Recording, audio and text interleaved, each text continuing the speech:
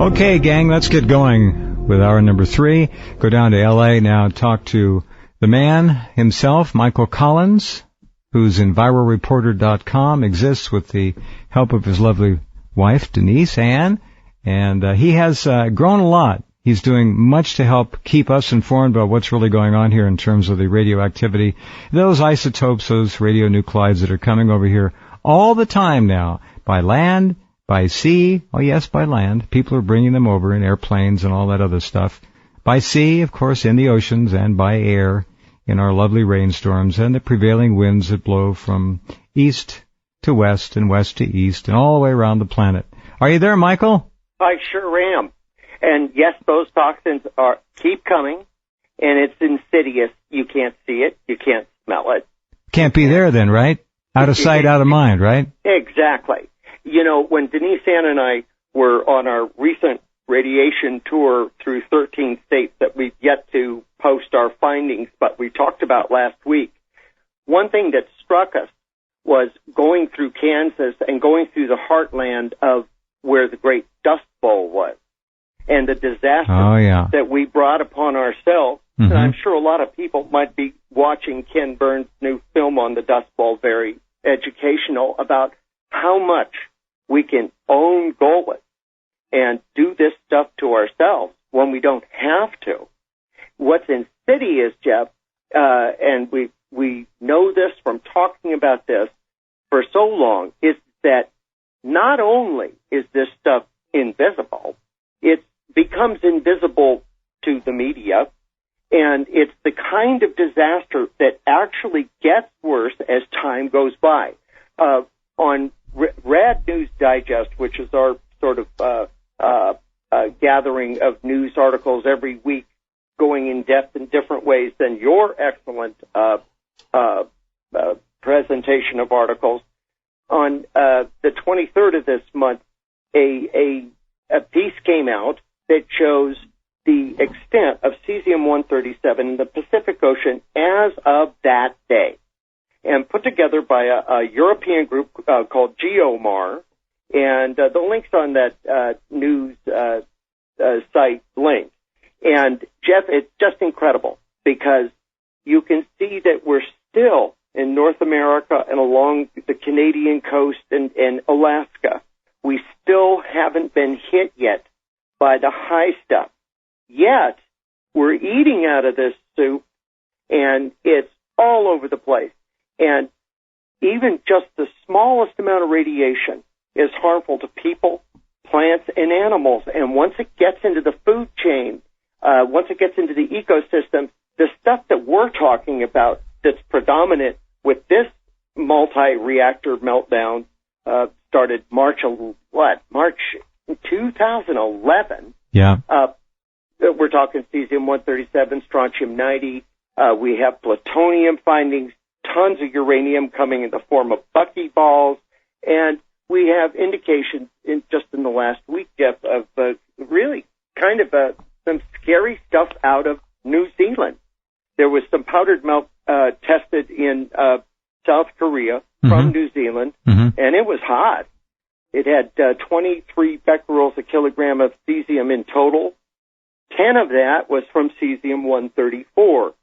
Now, a lot of people who try to discount findings of radiation, like the findings that we found in 2,500 tests that we've taken since the disaster started 4 days after it, they try to discount the findings by saying, you know what, that's from the Cold War, that's from continuing fallout from the Cold War. Well, some of it is, some of it at a very low level, but not at these levels and not cesium-134.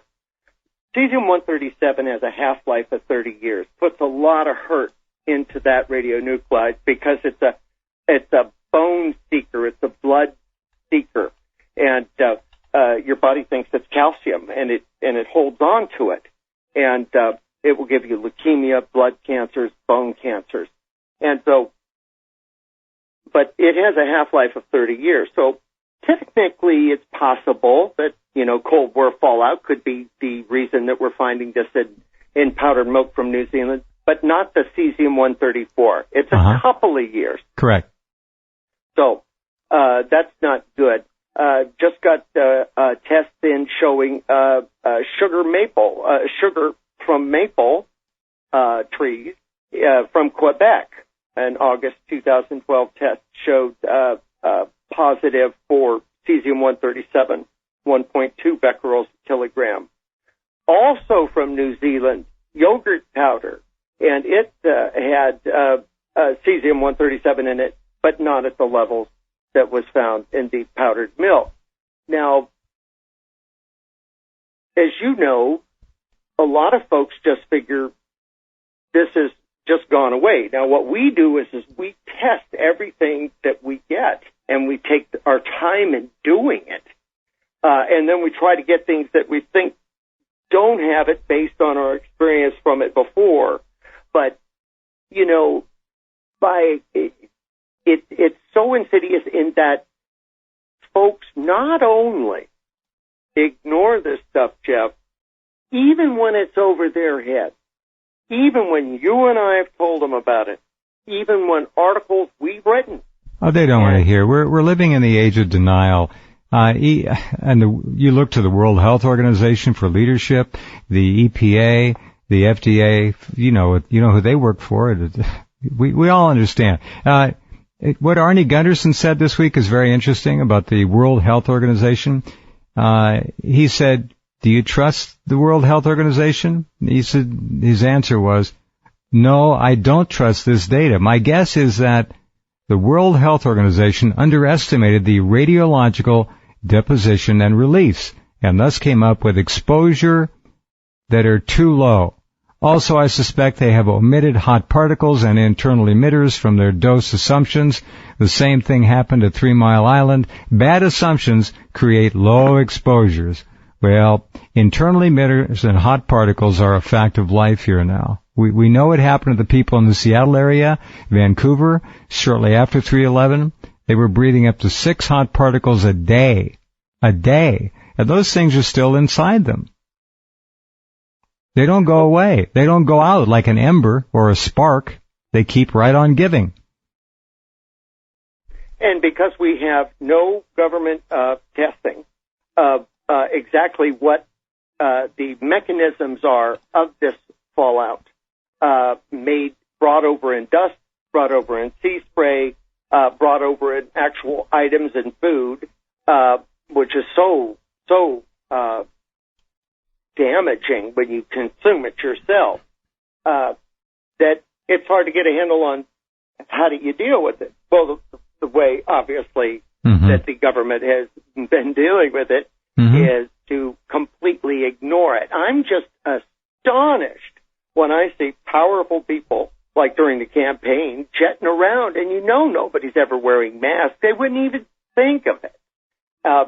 It astonishes me. You've got to go, well, who's looking out for me? Well, it's us. But it's not always the easiest thing to do. I tell you, one of the things we can try to, when you look at this map of where the cesium-137 is projected to be, when we think about that sea of goo that's out in the North Pacific that is coming and is just starting to lap up, but there's just tons of it, millions of tons of this stuff coming.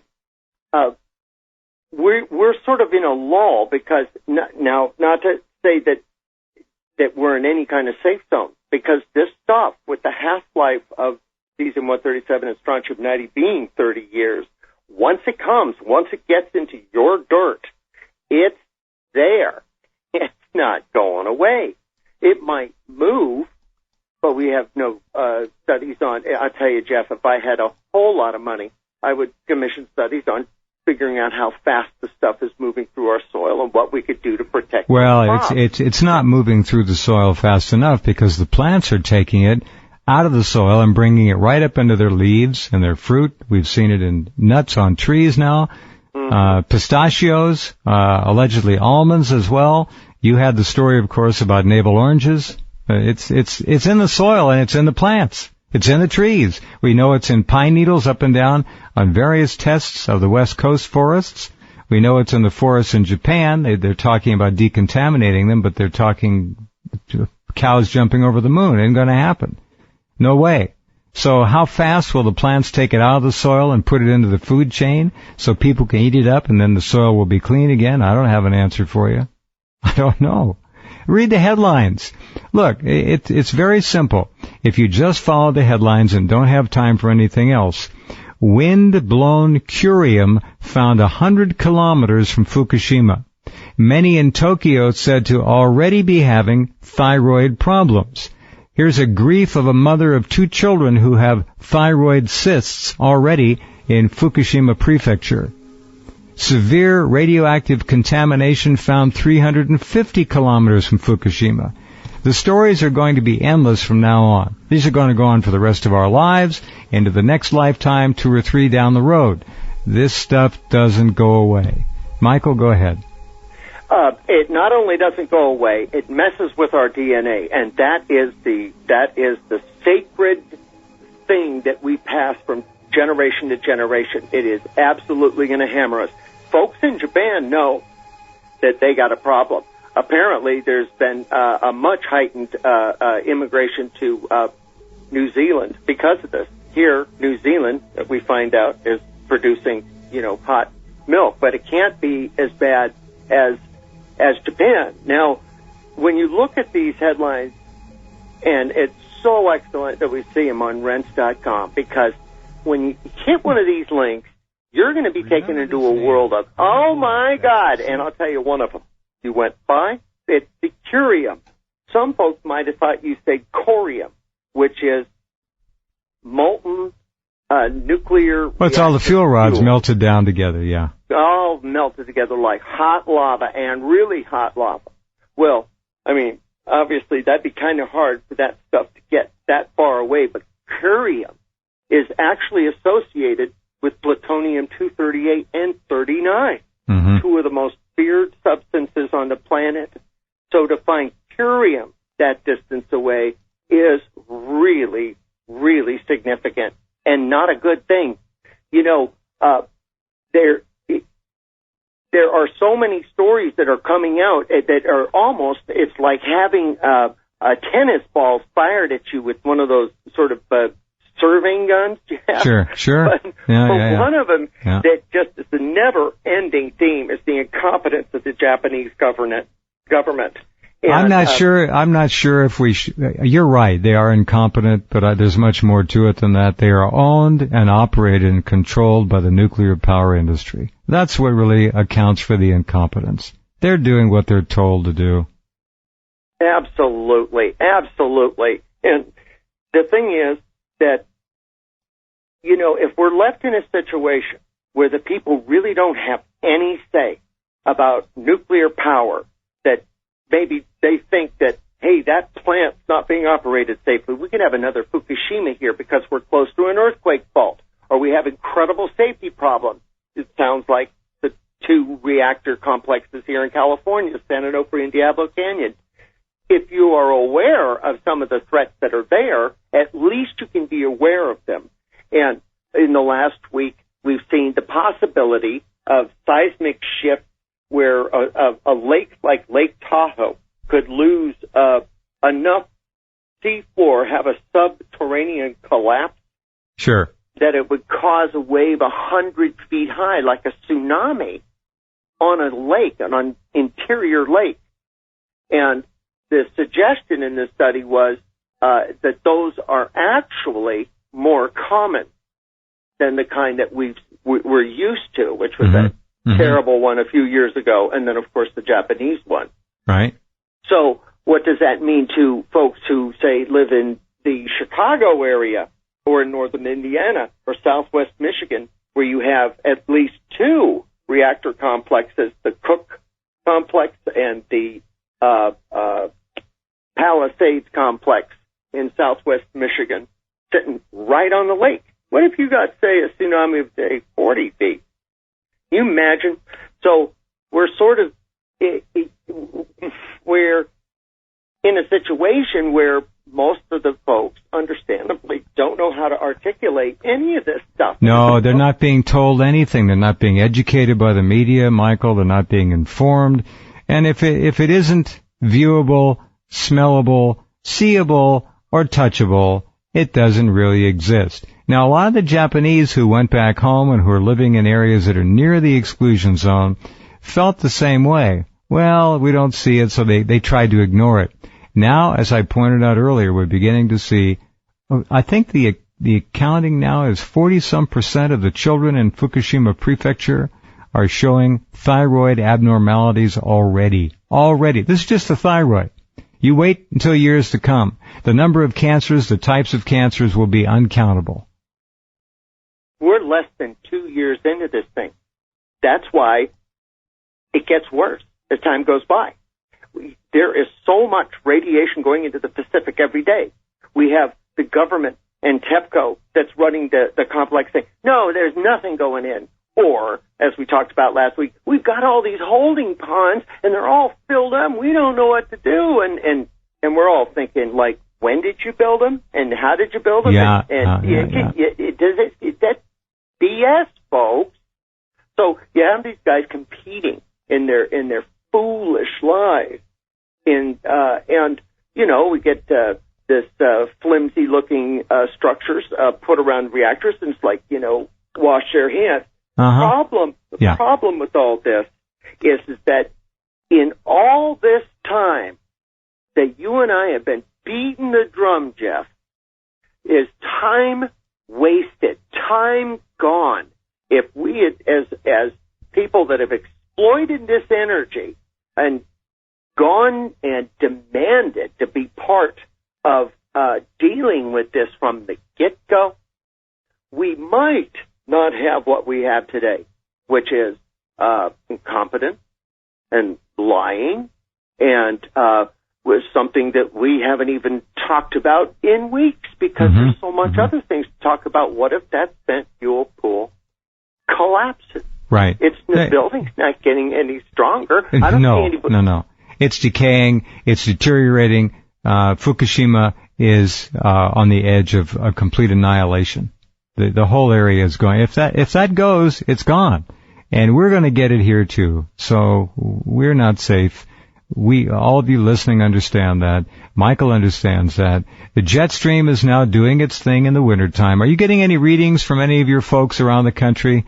How about Potter Blog, who ought to be still named Porter Blog? I have had very few readings other than, actually I've had very disconcerting readings out of Amarillo, Texas over the last week. And Amarillo? No, Amarillo. The jet stream must have dropped way down. It dropped way down, but there are folks there who are thinking, is it something to do with the Pantex plant that's outside of Amarillo, which is a nuclear weapons assembly and disassembly facility, a huge one?